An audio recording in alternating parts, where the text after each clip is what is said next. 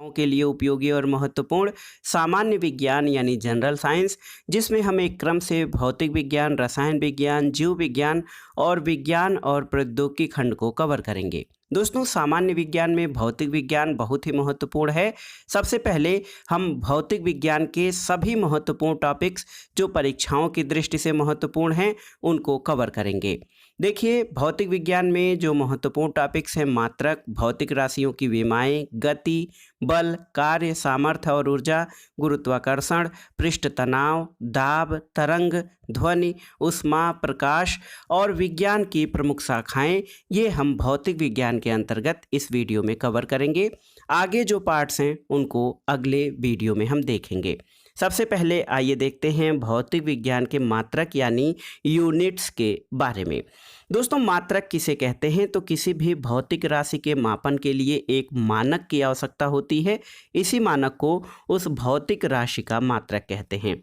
मात्रक आप जानते हैं दो प्रकार के होते हैं। एक तो मूल मात्रक जिनको फंडामेंटल या बेस यूनिट कहा जाता है। दूसरे व्युत्पन्न मात्रक होते हैं जिनको डिराइव्ड यूनिट्स कहा जाता है। मूल मात्रक क्या हैं? दोस्तों, मूल मात्रक मात्रकों की अंतर्राष्ट्रीय प्रणाली या एसआई पद्धति, ये 7 मूल मात्रक होते हैं। व्युत्पन्न मात्रक ऐसी सभी भौतिक राशियों के मात्रक जिन्हें मूल मात्रकों के संयोजन से व्यक्त किया जाता है उनको व्युत्पन्न मात्रक कहते हैं। आइए मूल मात्रक 7 मूल राशियां और उनके मात्रक तथा प्रतीकों को देखते हैं। देखिए दोस्तों, मूल राशि जो है एक लंबाई है। इसका एसआई मात्रक मीटर होता है जिसको स्मॉल एम से प्रदर्शित करते हैं। द्रव्यमान दूसरी मूल राशि है। इसका मात्रक किलोग्राम होता है। इसको केजी से प्रदर्शित करते हैं। समय इसका मात्रक सेकेंड होता है जिसको स्मॉल एस से प्रदर्शित करते हैं। दोस्तों, विद्युत धारा मूल राशि, इसका मात्रक एम्पियर है जिसको कैपिटल ए से प्रदर्शित करते हैं। ताप का मात्रक केल्विन होता है जिसको कैपिटल के से प्रदर्शित करते हैं। पदार्थ का परिमाण या मात्रा जो होती है इसको मोल, इसका मात्रक है एसआई मात्रक जिसको MOL मोल से प्रदर्शित किया जाता है। और ज्योति तीव्रता का मात्रक कैंडेला होता है, इसको CD से प्रदर्शित करते हैं। आइए देखते हैं विशिष्ट नामों और प्रतीकों वाले 22 एसआई व्युत्पन्न मात्रकों को। देखिए दोस्तों, समतल कोण का विशिष्ट जो है नाम रेडियन होता है जिसको M/M यानी रेडियन से प्रदर्शित करते हैं। घन कोण को स्टेरेडियन, इसका मात्रक होता है SR जिसको M²/M² से प्रदर्शित करते हैं। आवृत्ति का मात्रक हर्ट्ज होता है HZ जिसको जो है इसका प्रतीक दोस्तों HZ होता है S⁻⁻1 से प्रदर्शित करते हैं। बल का मात्रक न्यूटन होता है, कैपिटल N से प्रदर्शित करते हैं। दाब और प्रतिबल का मात्रक पास्कल होता है और इसको PA यानी किलोग्राम मीटर (10⁻⁻1 S⁻⁻2 ये जो है विमीय सूत्र होता है। इसके अलावा ऊर्जा, कार्य और ऊष्मा की मात्रा को जूल में प्रदर्शित करते हैं। इसका मात्रक दोस्तों ये कैपिटल J होता है। शक्ति या रेडिएंट फ्लक्स का मात्रक वाट होता है, W से प्रदर्शित करते हैं। विद्युत आवेश का मात्रक कूलाम है, कैपिटल C से प्रदर्शित करते हैं। वोल्टता या विद्युत विभवांतर, इसको वोल्ट से, कैपिटल V से। विद्युत धारिता का मात्रक फैराडे होता है, कैपिटल F से प्रदर्शित करते हैं। विद्युत प्रतिरोध का मात्रक आप जानते हैं ओम होता है और इसको लैटिन वर्ड से एक प्रदर्शित किया जाता है ओम। और विद्युत चालकता सीमेंस, इसका मात्रक होता है, कैपिटल S से प्रदर्शित करते हैं। चुंबकीय फ्लक्स का मात्रक वेबर होता है, WB से प्रदर्शित करते हैं। और चुंबकीय फ्लक्स घनत्व, इसका मात्रक टेस्ला होता है, कैपिटल T से प्रदर्शित करते हैं। इसके अलावा प्रेरकत्व को हेनरी से, कैपिटल H, और तापमान को डिग्री सेल्सियस से जो है डिग्री C या केल्विन से प्रदर्शित किया जाता है। इसके अलावा दोस्तों ज्योति फ्लक्स का मात्रक ल्यूमेन होता है, LM से प्रदर्शित करते हैं। और प्रतीप्ति घनत्व का मात्रक लक्स होता है जिसको LX से प्रदर्शित करते हैं। एक रेडियो न्यूक्लाइड की सक्रियता जो है इसका मात्रक बेकुरल होता है, कैपिटल B स्मॉल q से प्रदर्शित करते हैं और अवशोषित विकिरण की मात्रा यानी केरमा जो होता है इसको ग्रे इसका मात्रक होता है GY से प्रदर्शित करते हैं और विकिरण मात्रा यानी विकिरण मात्रा समतुल्य इसका मात्रक सीवर्ट होता है SV से प्रदर्शित करते हैं और उत्प्रेरण सक्रियता का मात्रक कैटल होता है K80 से प्रदर्शित किया जाता है। तो दोस्तों ये आपने देख लिया प्रमुख मूल मात्रक और व्युत्पन्न मात्रक और उनके प्रतीक चिन्ह के बारे में। आइए देखते हैं मात्रकों की अंतर्राष्ट्रीय प्रणाली क्या है आपकी। वर्तमान में अंतर्राष्ट्रीय स्तर पर मान्य प्रणाली सिस्टम इंटरनेशनल डी यूनिट है जिसको SI मात्रक कहा जाता है। दोस्तों प्रकाश वर्ष का प्रयोग अधिक लंबी दूरी को मापने के लिए किया जाता है और आप जानते हैं कि एक प्रकाश वर्ष 9.46 × 10⁻15 मीटर के बराबर होता है। और याद रखिएगा प्रकाश वर्ष जो है ये वर्ष महीने का मात्रक नहीं बल्कि दूरी का मात्रक होता है और प्रकाश वर्ष का मान ये होता है कि जो प्रकाश है वो एक वर्ष में जितनी दूरी तय करता है उसको प्रकाश वर्ष कहा जाता है। एक नाटिकल मील दोस्तों 1852 मीटर के बराबर होता है और मेगावाट बिजली के मापन की इकाई है जो विद्युत उत्पादन केंद्र में उत्पन्न की जाती है। 1 मेगावाट 10⁻6 वाट के बराबर होती है। क्यूसेक दोस्तों क्यूबिक फीट पर सेकेंड। ये देखिए क्यूसेक जो होता है ये जल प्रवाह के दर मापने की इकाई होती है। एक क्यूसेक जो होता है वो 28.317 लीटर प्रति सेकेंड होता है। वायुमंडल में ओजोन परत की मोटाई किस यूनिट में? डाबसन यूनिट में मापी जाती है।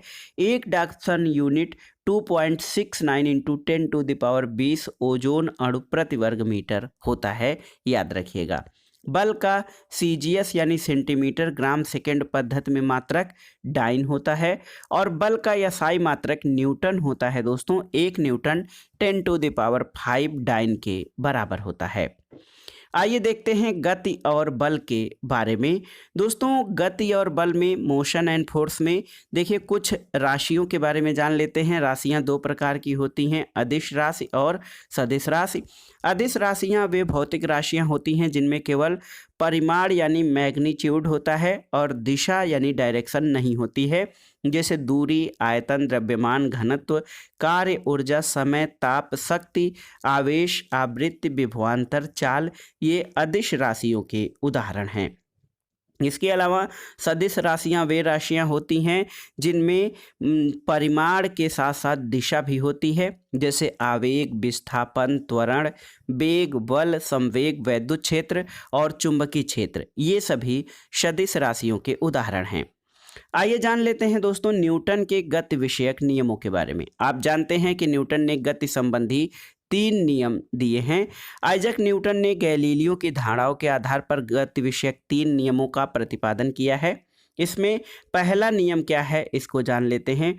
दोस्तों न्यूटन का गति विषयक जो प्रथम नियम है उसके अनुसार प्रत्येक वस्तु, पिंड या कोई पिंड तब तक अपनी विरामावस्था अथवा सरल रेखा में एक समान वेग से गत्यावस्था में रहती है जब तक कोई बाह्य बल उसे अन्यथा व्यवहार करने के लिए विवश नहीं करता है। तो न्यूटन की गति का प्रथम नियम ये है कि कोई वस्तु विरामावस्था में है तो वो विरामावस्था में रहेगी और कोई वस्तु गति अवस्था में है तो वो गति अवस्था में रहेगी जब तक कोई उस पर बाह्य बल न लगाया जाए। और गति के इस नियम को जड़त्व का नियम या गैलीलियो का नियम भी कहा जाता है। न्यूटन का गति विषयक द्वितीय नियम क्या है? देखिए दोस्तों Newton second law of motion किसी वस्तु के संवेग परिवर्तन की दर जो होती है दोस्तों ये वस्तु पर आरोपित बल के समानुपाती होती है और संवेग परिवर्तन बल की दिशा में होता है। तीसरा नियम न्यूटन के गति विषयक तृतीय नियम में ये माना जाता है कि प्रत्येक क्रिया के समान और विपरीत प्रतिक्रिया होती है। इसी कारण इसको एक्शन रिएक्शन जो लॉ है उसको कहा जाता है, क्रिया प्रतिक्रिया का नियम। इस नियम के अनुसार जब कोई पिंड किसी दूसरे पिंड पर बल लगाता है तो दूसरा पिंड भी पहले पिंड पर उतना ही बल विपरीत दिशा में लगाता है। जैसे नाव से कूदने पर नाव पीछे की तरफ खिसक जाती है और जब हम किसी दीवार पे अपने मुट्ठी से प्रहार करते हैं तो हमें चोट इसलिए लगती है क्योंकि वो दीवार का जो प्रतिक्रिया बल होता है वो हमें उसी बराबर जो है परिमाण में हमारे हथेली पर लगता है। आइए देखते हैं कार्य सामर्थ्य और ऊर्जा के बारे में। कार्य दोस्तों, कार्य वह भौतिक क्रिया है जिसमें किसी वस्तु पर बल लगाकर उसे बल की दिशा में विस्थापित किया जाता है। किया गया कार्य अगर जो W कैपिटल W हो तो बल गुणे विस्थापन हो जाता है कार्य। कार्य बराबर बल गुणे विस्थापन होता है। कार्य अदिश राशि है और इसका यसाई मात्रक दोस्तों ये जूल होता है। शक्ति अथवा सामर्थ्य क्या है, तो देखिए किसी मशीन अथवा कर्ता के द्वारा कार्य करने की दर को सामर्थ्य कहते हैं। सामर्थ्य कार्य बटे समय होता है, P is equal to W/T। सामर्थ्य एक अदिश राशि है जिसका यसाई मात्रक जूल प्रति सेकंड या वाट होता है। अब आइए दोस्तों गतिज ऊर्जा के बारे में जानते हैं। गतिज ऊर्जा और स्थितिज ऊर्जा। तो गतिज ऊर्जा किसी गतिमान पिंड में उसकी गति के कारण उत्पन्न ऊर्जा को गतिज ऊर्जा कहा जाता है। और देखिए स्मॉल v वेग से गतिशील किसी यम द्रव्यमान वाले पिंड की गतिज ऊर्जा हाफ mv² के बराबर होती है। तो के ई यानी kinetic energy is equal to 1/2 mv², ये इसका फार्मूला है। और स्थितिज ऊर्जा क्या है, तो आप जानते हैं पोटेंशियल एनर्जी किसी वस्तु में उसकी स्थिति अथवा आकृति में परिवर्तन के कारण जो ऊर्जा होती है उसे उसकी स्थितिज ऊर्जा कहते हैं। स्थितिज ऊर्जा यानी Pe पोटेंशियल एनर्जी mgh के बराबर होती है, जिसमें m द्रव्यमान हो जाएगा, g है गुरुत्वीय त्वरण और h ऊंचाई हो जाएगी। दोस्तों उदाहरण तनी हुई कमानी की ऊर्जा या बांध बनाकर रोके गए जल की ऊर्जा, ये स्थितिज ऊर्जा के उदाहरण हैं।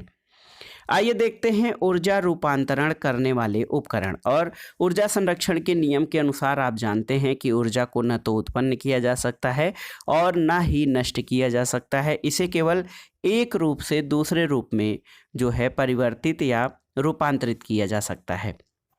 तो देखिए इलेक्ट्रिक पंखा दोस्तों ये विद्युत ऊर्जा से यांत्रिक ऊर्जा में ऊर्जा का रूपांतरण करता है। विद्युत बल्ब में विद्युत ऊर्जा से ऊष्मा और प्रकाश ऊर्जा में रूपांतरण होता है। विद्युत सेल से रासायनिक ऊर्जा से विद्युत ऊर्जा में रूपांतरण होता है ऊर्जा का। और मोमबत्ती रासायनिक ऊर्जा से प्रकाश एवं ऊष्मीय ऊर्जा में। इसके अलावा फोटो इलेक्ट्रिक सेल से जो ऊर्जा का रूपांतरण होता है वो प्रकाश ऊर्जा से विद्युत ऊर्जा में। डायनेमो से यांत्रिक ऊर्जा से विद्युत ऊर्जा में। लाउड स्पीकर विद्युत ऊर्जा का ध्वनि ऊर्जा में रूपांतरण करता है। और सितार यांत्रिक ऊर्जा का ध्वनि ऊर्जा में रूपांतरण करता है। तो ये ऊर्जा रूपांतरण करने वाले प्रमुख उपकरण हैं।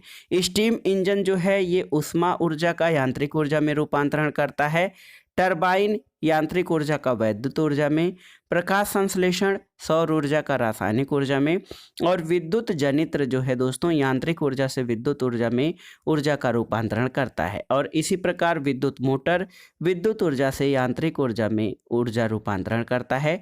डीजल इंजन रासायनिक ऊर्जा से यांत्रिक ऊर्जा में ऊर्जा रूपांतरण का कार्य करता है। आइए अब महत्वपूर्ण ग्रेविटेशन या गुरुत्वाकर्षण के बारे में जानते हैं। सबसे पहले जानते हैं गुरुत्व यानी ग्रेविटी क्या होती है। दोस्तों गुरुत्व से आशय उस आकर्षण बल से है जिससे पृथ्वी किसी वस्तु को अपने केंद्र की ओर खींचती है। और गुरुत्वीय त्वरण को स्मॉल g से प्रदर्शित किया जाता है। स्मॉल g का पृथ्वी पर मान 9.8 मीटर प्रति सेकंड स्क्वायर होता है। दोस्तों एक प्रश्न आता है गुरुत्वीय त्वरण के मान में परिवर्तन किस प्रकार होता है। तो पहला तो ये है कि पृथ्वी जो है दोस्तों ध्रुवों पर, देखिए बहुत ही महत्वपूर्ण है, ध्रुव जो पृथ्वी के ध्रुव हैं या पोल्स हैं उन पर स्मॉल g यानी गुरुत्वीय त्वरण का मान अधिकतम और भूमध्य रेखा पर सबसे कम होता है। तो याद रखिएगा ध्रुवों पर गुरुत्वीय त्वरण का मान अधिकतम और भूमध्य रेखा पर सबसे कम होता है। और किसी लिफ्ट में पिंड के भार का क्या असर होता है। तो दोस्तों जब लिफ्ट नीचे की ओर यात्रा करती है तो लिफ्ट में स्थित जो पिंड का भार है वो घटता हुआ प्रतीत होता है। और जब लिफ्ट ऊपर की ओर यात्रा करती है तो लिफ्ट में स्थित पिंड का भार बढ़ता हुआ प्रतीत होता है। पलायन वेग या एस्केप वेलोसिटी क्या है।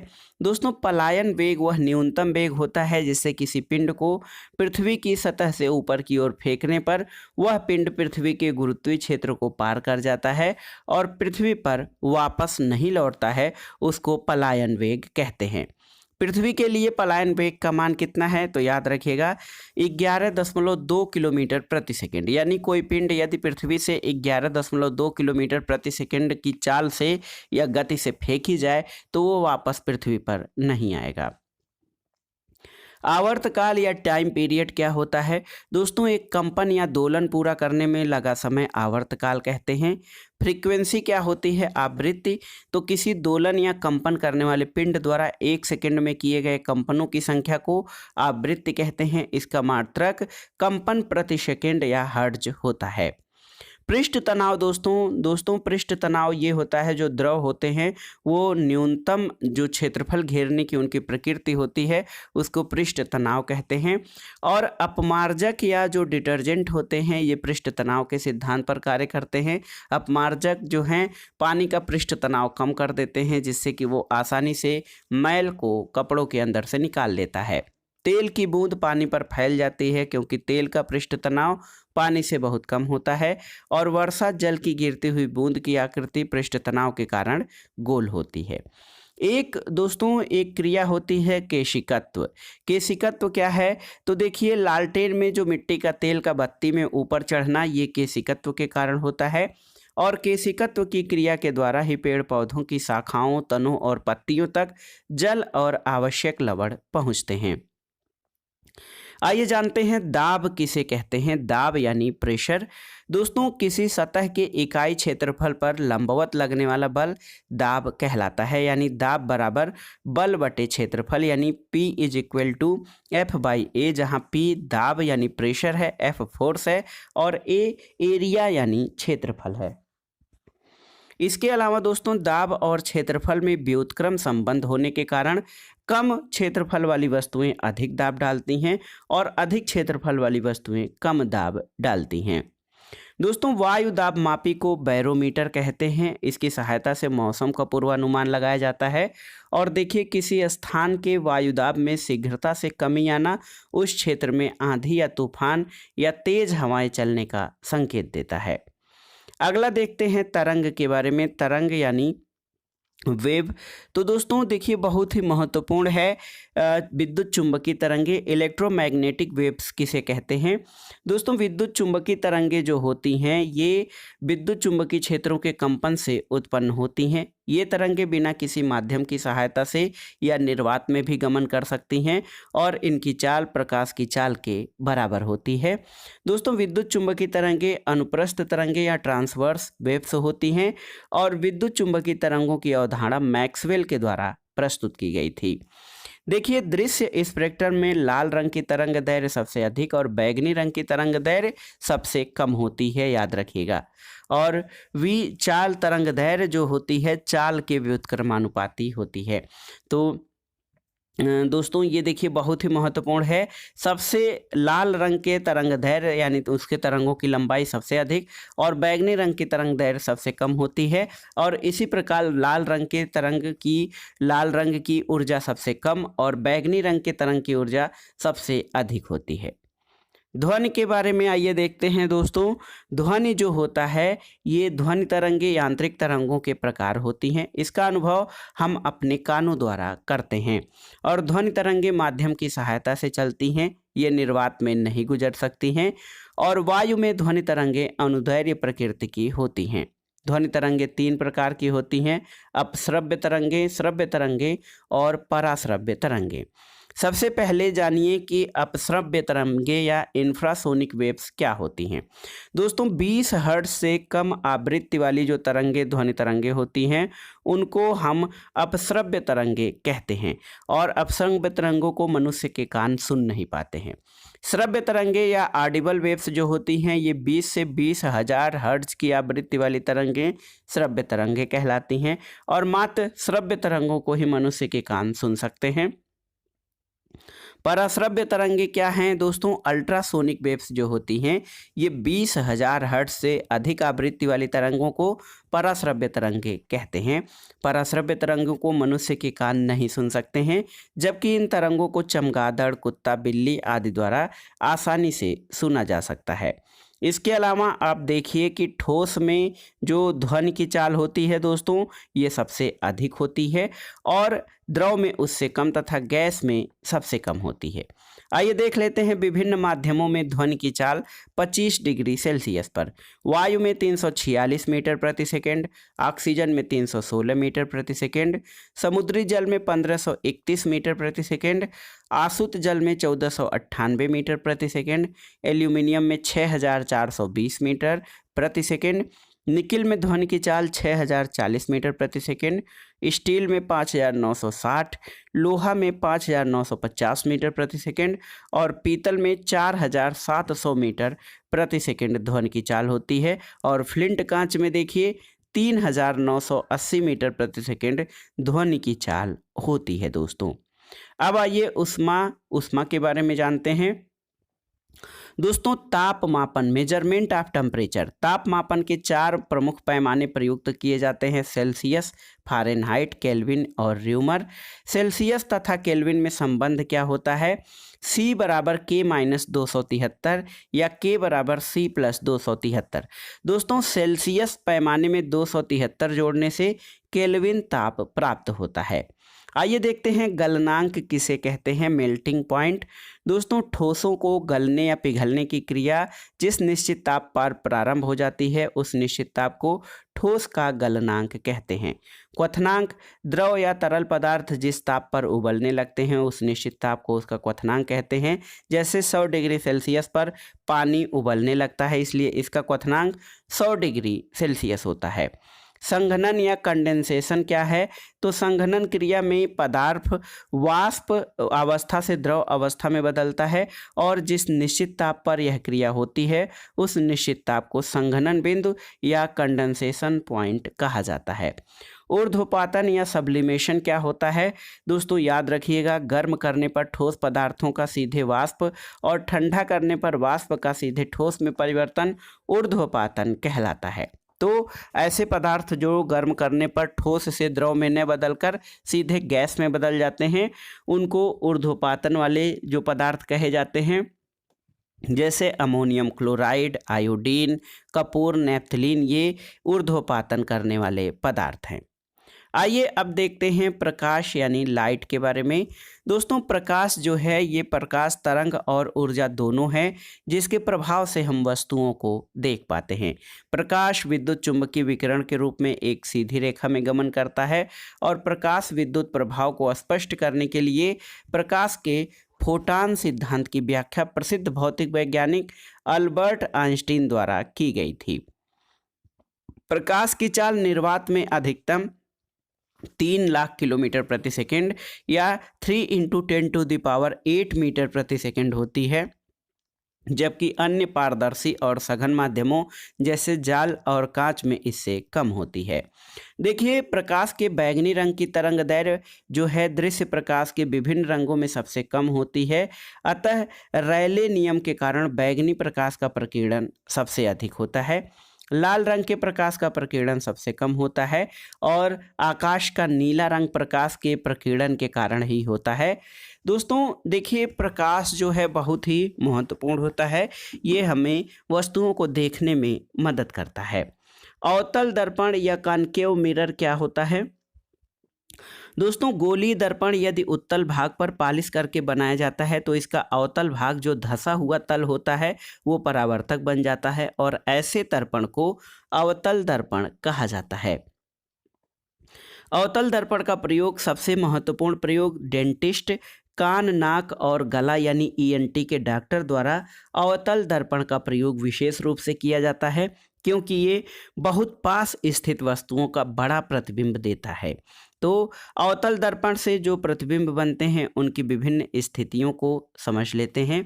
दोस्तों, अवतल दर्पण से जो बने प्रतिबिंब होते हैं, वक्रता केंद्र पर यदि कोई वस्तु रखा है तो वो वक्रता केंद्र पर ही उसका प्रतिबिंब बनेगा। प्रतिबिंब उल्टा और वास्तविक बनेगा और समान आकार का बनेगा। यदि वस्तु अनंत पर है तो प्रतिबिंब फोकस पर बनेगा, उल्टा और वास्तविक इसकी प्रकृति होगी और बिंदु के समान अत्यधिक छोटा होगा। और यदि कोई वस्तु अवतल दर्पण के फोकस पर रखी हुई हो तो प्रतिबिंब अनंत पर बनेगा और ये उल्टा और वास्तविक बनेगा। प्रतिबिंब का आकार बहुत बड़ा होगा। वक्रता केंद्र और अनंत के मध्य वस्तु है तो प्रतिबिंब फोकस और वक्रता केंद्र के मध्य बनेगा और प्रतिबिंब की प्रकृति उल्टा और वास्तविक होगी और प्रतिबिंब का आकार छोटा होगा।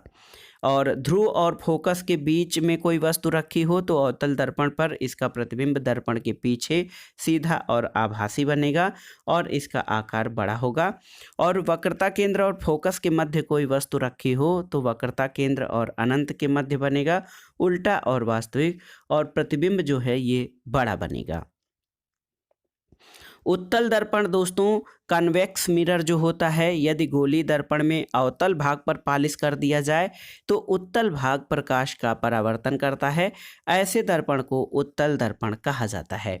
उत्तल दर्पण का दृश्य क्षेत्र या फील्ड ऑफ व्यू अधिक होने के कारण इसके द्वारा प्रतिबिंब सीधा बनने के कारण इसका उपयोग साइड मिरर या जो वाहनों में जो दर्पण होता है उसमें उत्तल दर्पण का प्रयोग किया जाता है। इंद्रधनुष या रेनबो क्या है दोस्तों? इंद्रधनुष सूर्य के प्रकाश के वायुमंडल में उपस्थित जल की सूक्ष्म बिंदुओं द्वारा विभिन्न रंगों में वर्ण विक्षेपण होने से बनता है और इसी आधार पर हम रंगों को भी डिसाइड कर लेते हैं, प्राथमिक रंग और द्वितीयक रंग कौन कौन से होते हैं। तो प्राथमिक रंग दोस्तों ऐसे 3 रंग जिन्हें मिलाने पर सफ़ेद रंग का प्रकाश बनता है, उनको प्राथमिक रंग या प्राइमरी कलर्स कहा जाता है। लाल, हरा और नीला ये प्राथमिक रंग कहलाते हैं और अन्य जो रंग हैं इन्हीं 3 रंगों से व्युत्पन्न होते हैं। आइए दोस्तों देख लेते हैं। देखिए, जब उत्तल दर्पण से कोई वस्तु अनंत पर रखा जाता है तो फोकस पर दर्पण के पीछे प्रतिबिंब बनता है, आभासी और सीधा बनता है। अत्यधिक छोटा बिंदु के समान इसके प्रतिबिंब का आकार होता है। और जब उत्तल दर्पण पर अनंत और ध्रुव के मध्य कोई वस्तु रखी जाती है तो फोकस और ध्रुव के मध्य प्रतिबिंब बनता है, आभासी और सीधा दर्पण के पीछे और प्रतिबिंब का आकार छोटा होता है। आइए दोस्तों दृष्टि दोष के बारे में जान लेते हैं। देखिए, दृष्टि दोष के प्रकार कौन कौन से होते हैं और बहुत ही महत्वपूर्ण है। निकट दृष्टि दोष और दूर दृष्टि दोष बहुत ही महत्वपूर्ण है। निकट दृष्टि दोष में निकट की वस्तुएं स्पष्ट देख सकते हैं लेकिन दूर की वस्तुएं स्पष्ट नहीं देख सकते हैं। इसके निदान के लिए अवतल लेंस का प्रयोग किया जाता है।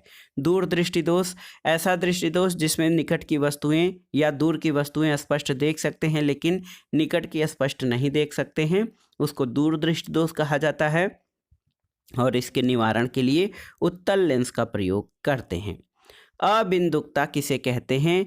एस्टिग्मेटिज्म दोस्तों यह रोग कार्निया के पूरी तरह से गोला न होने के कारण होता है और इस रोग में क्षैतिज और ऊर्ध्वाधर रेखाएं एक साथ स्पष्ट नहीं दिखाई देती हैं। अबिंदुकता का निवारण सिलिंड्रिकल यानी बेलनाकार लेंस की सहायता से किया जाता है।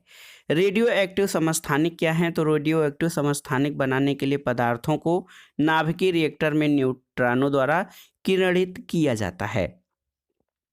रेडियो एक्टिव समस्थानिकों के उपयोग क्या हैं दोस्तों?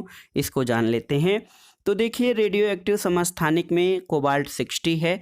ये रेडियो एक्टिव समस्थानिक जो उच्च ऊर्जा की गामा किरणें उत्सर्जित करता है, इन किरणों का उपयोग कैंसर के इलाज में किया जाता है। आयोडीन 131 I-131 एक रेडियो एक्टिव समस्थानिक है जिसका प्रयोग थायराइड ग्रंथ के कैंसर के उपचार के लिए होता है। और दोस्तों नाभिकीय जो अभिक्रियाएं होती हैं उनमें नाभिकीय क्रियाओं में एक तो नाभिकीय विखंडन और दूसरा नाभिकीय संलयन है।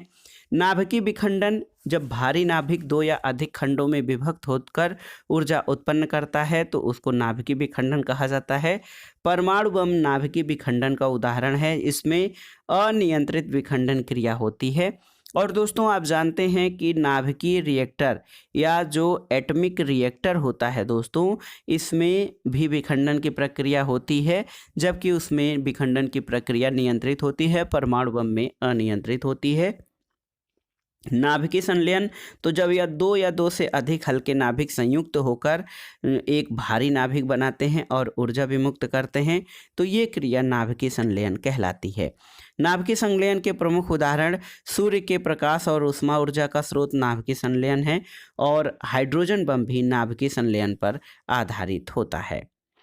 अब आइए बहुत ही महत्वपूर्ण विश्व के विभिन्न देशों के कुछ भौतिकविदों के प्रमुख योगदान के बारे में जान लेते हैं। R.A. मिलिकान, इन्होंने इलेक्ट्रॉनिक आवेश की माप की थी। अर्नेस्ट रदरफोर्ड ने परमाणु का नाभिकीय निदर्श प्रस्तुत किया। नील्स बोर ने हाइड्रोजन परमाणु का क्वांटम मॉडल प्रस्तुत किया। चंद्रशेखर वेंकट रमन ने अणुओं के द्वारा प्रकाश के प्रत्यास्थ प्रकीर्णन की खोज की। लुईस विक्टर डी ब्रॉगली ने द्रव्य की तरंग प्रकृति के बारे में बताया। मेघनाथ साहा ने ऊष्मीय आयनन सिद्धांत का प्रतिपादन किया। सत्येंद्र नाथ बोस क्वांटम यांत्रिकी के क्षेत्र में महत्वपूर्ण योगदान इन्होंने दिया। वॉल्फगैंग पाउली ने अपवर्जन का नियम दिया। एनरिको फर्मी नियंत्रित नाभिकीय विखंडन का इन्होंने योगदान दिया और इसी से परमाणु रिएक्टर बनाना संभव हुआ। H.J. भाभा ने कॉस्मिक विकिरण का सोपानी प्रक्रम प्रस्तुत किया। यश चंद्रशेखर ने चंद्रशेखर सीमा और तारों की संरचना तथा विकास के बारे में बताया। जॉन बार्डिन ने ट्रांजिस्टर और अतिचालकता का सिद्धांत प्रस्तुत किया। गैलीलियो इन्होंने जड़त्व का नियम दिया। क्रिश्चियन हाइगेंस ने प्रकाश का तरंग सिद्धांत प्रस्तुत किया और आइजक न्यूटन ने गुरुत्वाकर्षण का सार्वत्रिक नियम, गति के नियम और परावर्तित दूरदर्शक का आविष्कार किया। माइकल फैराडे का प्रमुख योगदान विद्युत चुंबकीय प्रेरण के क्षेत्र में है और जेम्स क्लार्क मैक्सवेल ने विद्युत चुंबकीय विकिरण सिद्धांत और प्रकाश को एक विद्युत चुंबकीय तरंग के रूप में व्याख्यायित किया। हेनरिक रुडोल्फ हर्ट्ज ने विद्युत चुंबकीय तरंगों की खोज की। जगदीश चंद्र बोस ने अति लघु रेडियो तरंगें, बेतार संदेश और कैस्कोग्राफ का आविष्कार किया। मेरी स्कोलोडोस्का क्यूरी ने रेडियम और पोलोनियम की खोज की, प्राकृतिक रेडियो एक्टिविटी का अध्ययन किया। इसके अलावा अल्बर्ट आइंस्टीन इन्होंने प्रकाश वैद्युत नियम और सापेक्षता का सिद्धांत प्रस्तुत किया। विक्टर फ्रांसिस हैस ने कॉस्मिक किरणों की खोज की थी। अब आइए देखते हैं विज्ञान की प्रमुख शाखाओं के बारे में। एकोस्टिक एकोस्टिक विज्ञान की शाखा, इसमें ध्वनि से संबंधित अध्ययन किया जाता है। एंथ्रोपोलॉजी में मानव विकास का अध्ययन किया जाता है और एस्ट्रोनॉमी शाखा में खगोलीय पिंडों का अध्ययन करते हैं।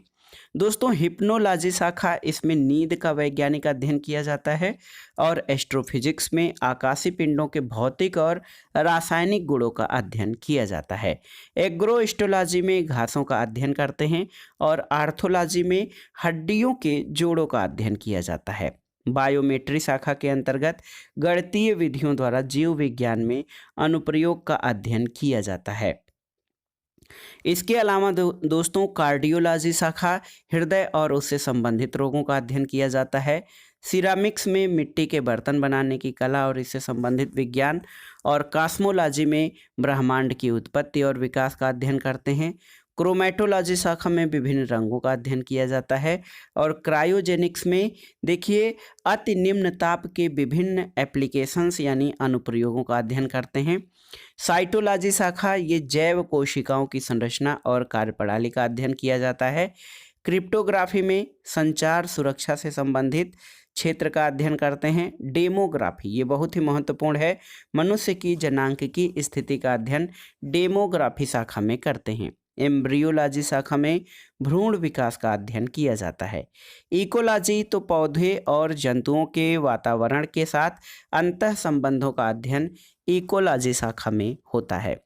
यूजेनिक्स वांछित आनुवांशिक गुणों की अभिवृद्धि के लिए नियंत्रित जनन के द्वारा जनसंख्या में सुधार का अध्ययन यूजेनिक्स शाखा के अंतर्गत किया जाता है। एंटोमोलॉजी, ये कीटों के विभिन्न प्रजातियों का वैज्ञानिक अध्ययन एंटोमोलॉजी शाखा के अध्ययन करते हैं। जेनेटिक्स में वंशानुगत गुणों का अध्ययन किया जाता है।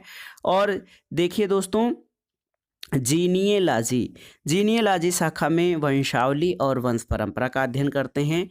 हेमेटोलॉजी में रक्त और उससे संबंधित रोगों का अध्ययन किया जाता है। हिपैटोलॉजी, इसमें यकृत, पित्ताशय, अग्नाशय, उनके विकारों का अध्ययन किया जाता है। और हिस्टोलॉजी शाखा, इसमें ऊतकों का रचना का अध्ययन करते हैं। हर्पेटोलॉजी में सरीसृप और उभयचरों का अध्ययन किया जाता है। और एक महत्वपूर्ण शाखा है हाइड्रोपोनिक्स, ये बिना मिट्टी के जल में पौधों को उगाने की कला हाइड्रोपोनिक्स कहलाती है। हाइड्रोपैथी में जल के प्रयोग से रोगों के उपचार का अध्ययन किया जाता है हाइड्रोपैथी शाखा में। दोस्तों हाइड्रोथेरेपी क्या है, तो ये जल से रोगों के उपचार की तकनीक है। और होलोग्राफी ये लेजर के माध्यम से त्रिआयामी फोटोग्राफी की कला है। लेपिडोप्टेरोलॉजी ये तितलियों और कीट पतंगों का अध्ययन करता है। और मीटीरियोलॉजी में वायुमंडलीय प्रक्रियाओं और मौसम का अध्ययन। मार्फोलॉजी में प्राणियों और पौधों की आकृति तथा बनावट का अध्ययन किया जाता है। माइकोलॉजी शाखा में कवकों का अध्ययन करते हैं। और न्यूमिस्मेटिक्स शाखा में सिक्कों का अध्ययन किया जाता है। न्यूमेरोलॉजी में अंक ज्योतिष विज्ञान का। और नीमेटोलॉजी शाखा में गोल कृमि का अध्ययन किया जाता है। नेफ्रोलॉजी शाखा इसमें गुर्दा या वृक्क का अध्ययन करते हैं। और न्यूरोलॉजी शाखा मस्तिष्क स्नायुतंत्र और इनके रोगों का अध्ययन किया जाता है। ओडोंटोलॉजी में दांतों की संरचना और रोगों का अध्ययन करते हैं। और देखिए पैथोलॉजी ये रोगों के कारणों और प्रभावों का अध्ययन पैथोलॉजी शाखा में करते हैं। साइकियाट्री इसमें मानसिक रोग और इनके निदान का अध्ययन किया जाता है। और पीडियाट्रिक्स में बच्चों और इससे संबंधित बीमारियों का अध्ययन करते हैं। न्यूमेटिक्स में वायु या गैस का अध्ययन किया जाता है। और देखिए फार्माकोलॉजी में औषधियों और उनके प्रयोग तथा प्रभाव का अध्ययन किया जाता है। फ्रेनोलॉजी में खोपड़ी का अध्ययन करते हैं। और पोमोलॉजी शाखा में फलों और उनके उत्पादन का अध्ययन किया जाता है। पेडोलॉजी शाखा इसमें मिट्टी का अध्ययन किया जाता है। और फिलोलॉजी में भाषा विज्ञान का अध्ययन करते हैं। पेट्रोलॉजी चट्टानों की उत्पत्ति का अध्ययन करता है। और देखिए दोस्तों पोसोलॉजी में जो है पोसोलॉजी शाखा के अंतर्गत आप जानते हैं कि औषधि की मात्रा और उनके प्रयोग का अध्ययन किया जाता है। और इसी प्रकार आप देख सकते हैं कि फोनेटिक्स ये स्वर की ध्वनियों और इनके उच्चारण का अध्ययन फोनेटिक्स शाखा के अंतर्गत किया जाता है। प्लाज्मोलॉजी इसमें जीव जंतुओं की सूक्ष्मतम संरचना जैसे कोशिका आदि का सूक्ष्मदर्शी से अध्ययन प्लाज्मोलॉजी शाखा के अंतर्गत होता है। और सेरोलॉजी शाखा के अंतर्गत ब्लड सीरम और अन्य शारीरिक द्रव्यों का वैज्ञानिक अध्ययन किया जाता है। शौरोलॉजी शाखा ये छिपकलियों का अध्ययन करता है।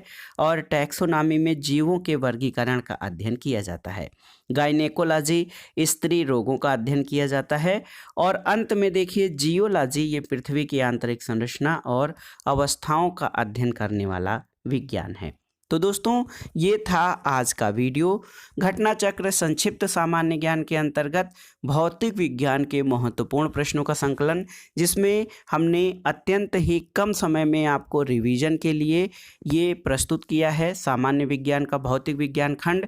और दोस्तों इसके आगे हम रसायन विज्ञान, जीव विज्ञान और विज्ञान